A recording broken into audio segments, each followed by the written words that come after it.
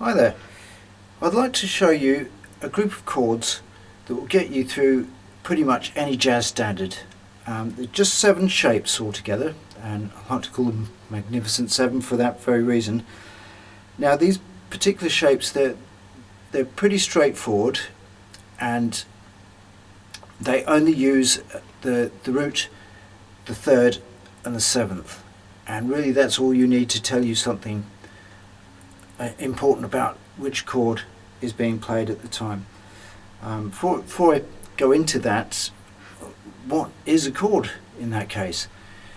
Well, in its simplest form, a chord is just 2 notes played together at the same time, known as a dyad, and that can be any interval you like, so major 3rd, minor 3rd, perfect 5th, perfect 4th, minor 6, major 6, major 7th, major 10th. It doesn't really matter what the interval is, as long as the 2 notes are sounding together, that makes a chord. So the next step up from a dyad would be a triad, 3 notes played together at the same time. Okay, so for triads, you've probably seen this kind of thing, major triads, which is the usual way of playing a triad. Minor triad, much the same. Root, minor 3rd, perfect 5th. Now, you can't play a chord that way, but if you start that triad on your 4th finger, I'm in C by the way, so 4th finger on C, I'll pick up the 3rd note with my 3rd finger and the 5th note with my 1st finger on the G string. There's your triad. Now if I play all 3 notes together with 2 fingers and a thumb, there's your chord, major chord. Take the 3rd finger off, just rest it next to the 4th finger. Now you've got a minor chord. There we go. So major, major, minor, major, minor. So again, very good for the ears, and just hearing the subtle change between the 2 chords, the major and the minor there. Now, next to those, you would have an augmented major. So augmented means to get larger. So in this particular case, the 5th has gone up a semitone, been sharpened a semitone, so you have an augmented 5th. For the minor, it's a diminished, again meaning to get smaller, so the 5th has been dropped in this particular case by a semitone, so you get a flattened 5th, flat 5.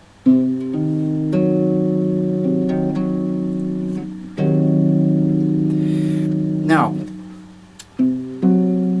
that interval there between the root and the flattened 5th is a tritone.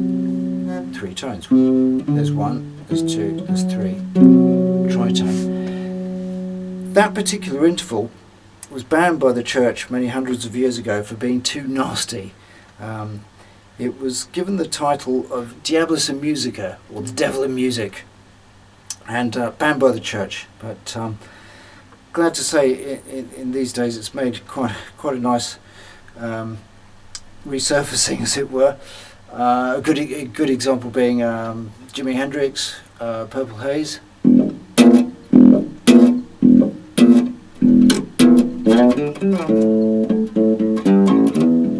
You know, that kind of thing. So there's that tritone there. Extremely funky interval as well, you know, in funk bass lines.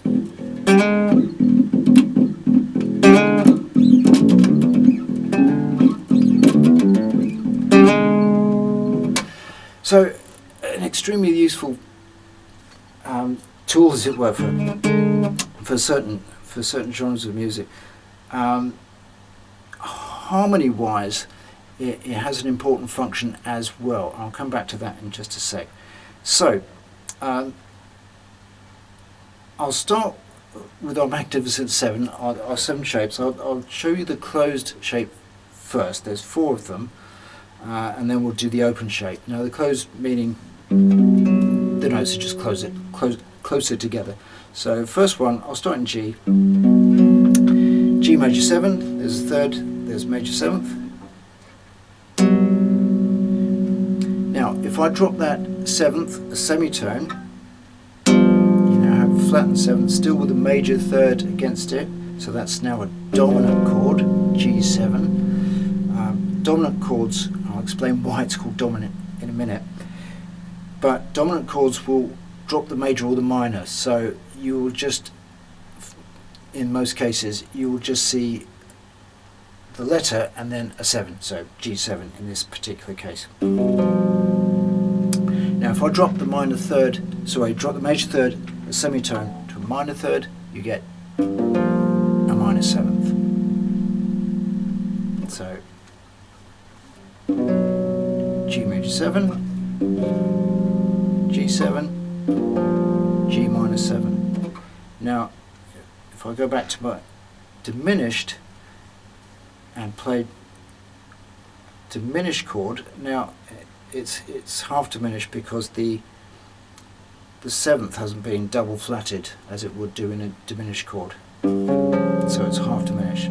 So I'm not playing the 3rd at the moment, I'm just playing the root, the flat 5 and the flat 7th, so that's half diminished.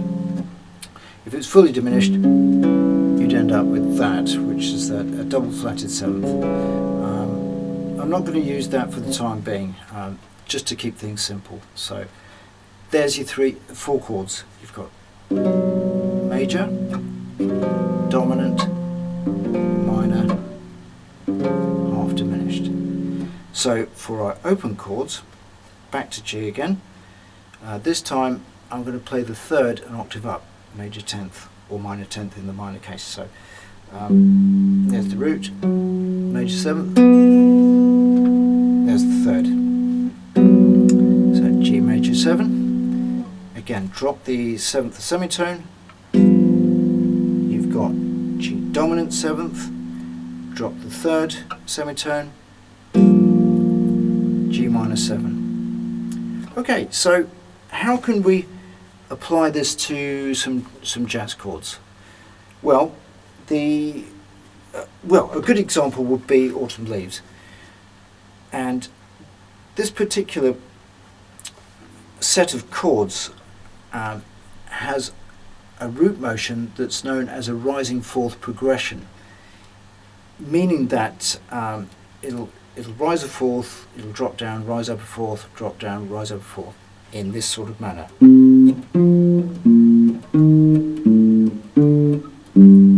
So I'm starting in C, so the first chord will be C minor.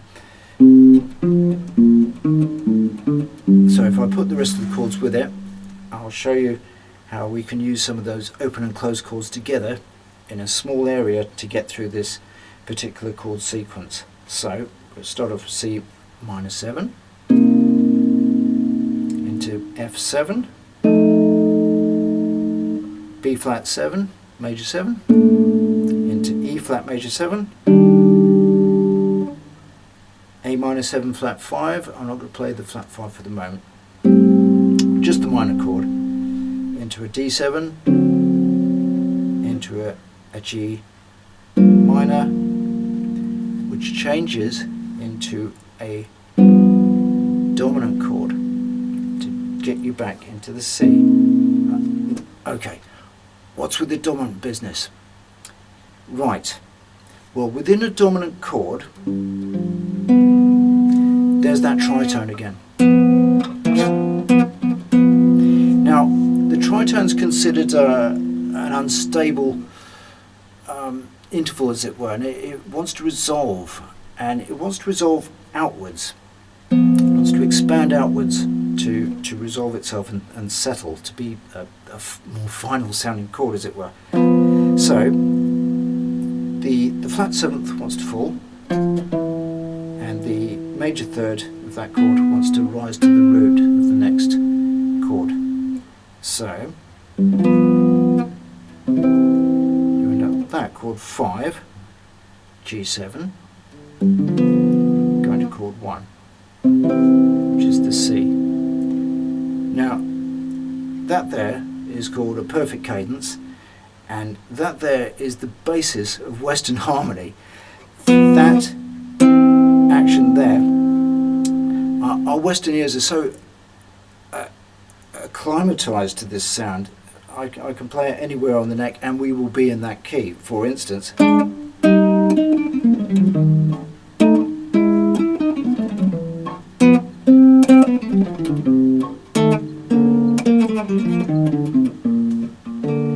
our Western ears are just so used to hearing that sound, it'll just have a dominant pull towards that root. Okay, so going back to Autumn Leaves. So if we just practice these chords on the beat, and then we can think about some more interesting rhythmic ideas to make it a bit more jazz-like or interesting to play. So in playing them on the beat, every chord on the beat, you would start off with the C minor 7, 2, 3, 4, F, 2, 3, 4, B flat, 2, 3, 4, E flat, 2, 3, 4, A, 2, 3, 4, D, 2, 3, 4, G, 2, 3, 4, dominant G, 4. Now, to put a bit more of a rhythmic slant in it, you don't always have to play on the beat. You can think a bit more sort of syncopated in your approach to it. So try and approach it more the way a pianist or a guitarist might approach the rhythm to these chords. For instance,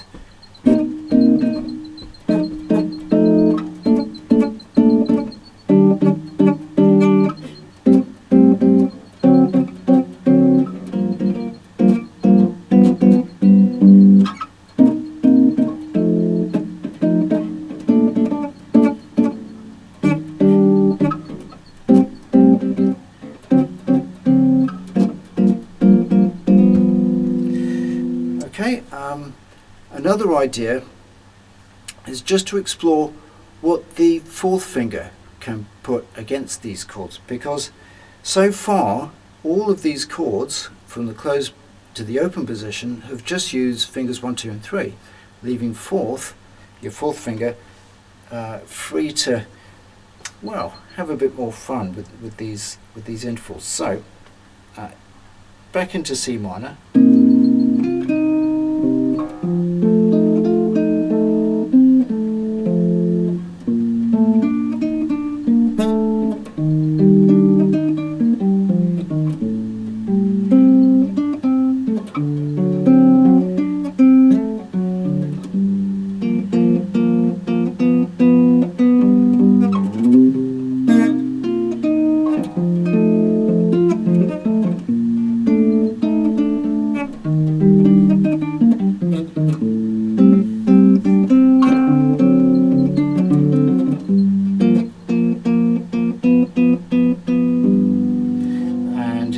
Section.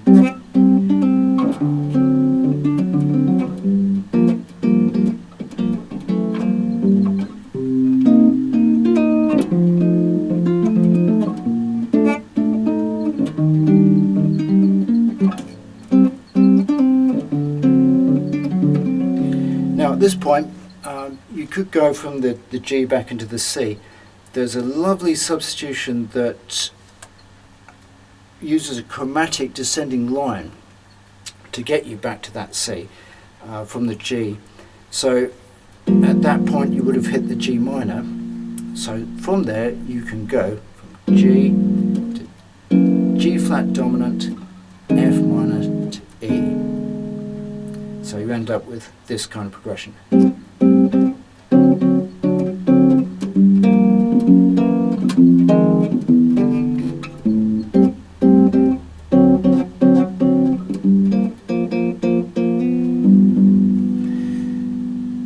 So again, you can really hear how some of the voice leading is going on here. Several things are going on at once.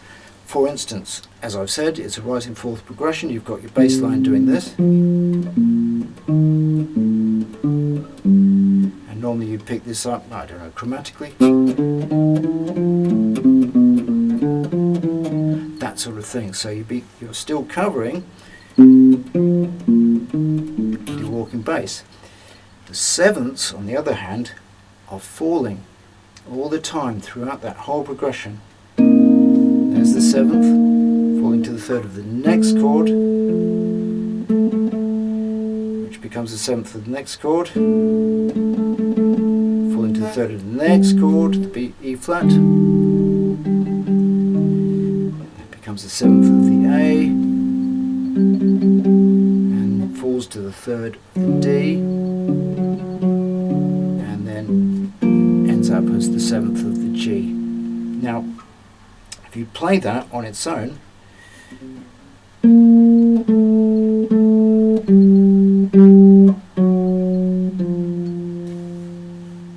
therein lies your voice leading. The third, on the other hand, is dropping down a fifth the whole time, or a flat fifth.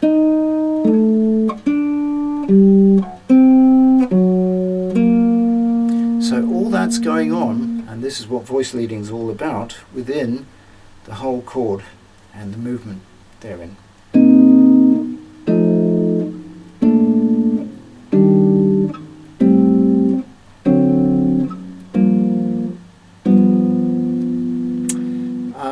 And just to give you a quick demo of some other standards that use these very simple patterns. I mean, Donnelly is a good one.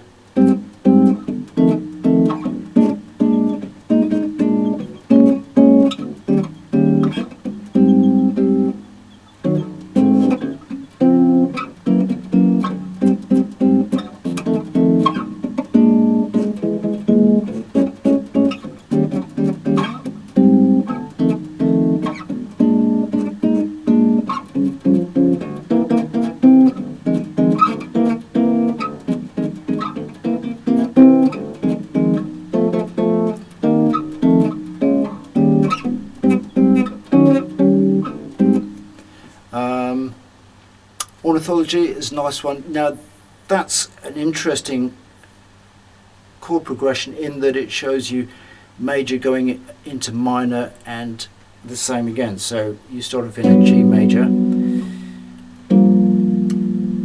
G minor, into a C7, that drops down into F major, changes into F minor, to B flat 7,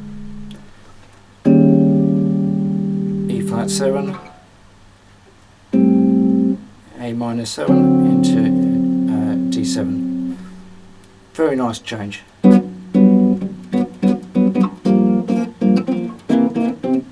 again, think how you can use your fourth finger to accent some of the other intervals that are going on around these chords.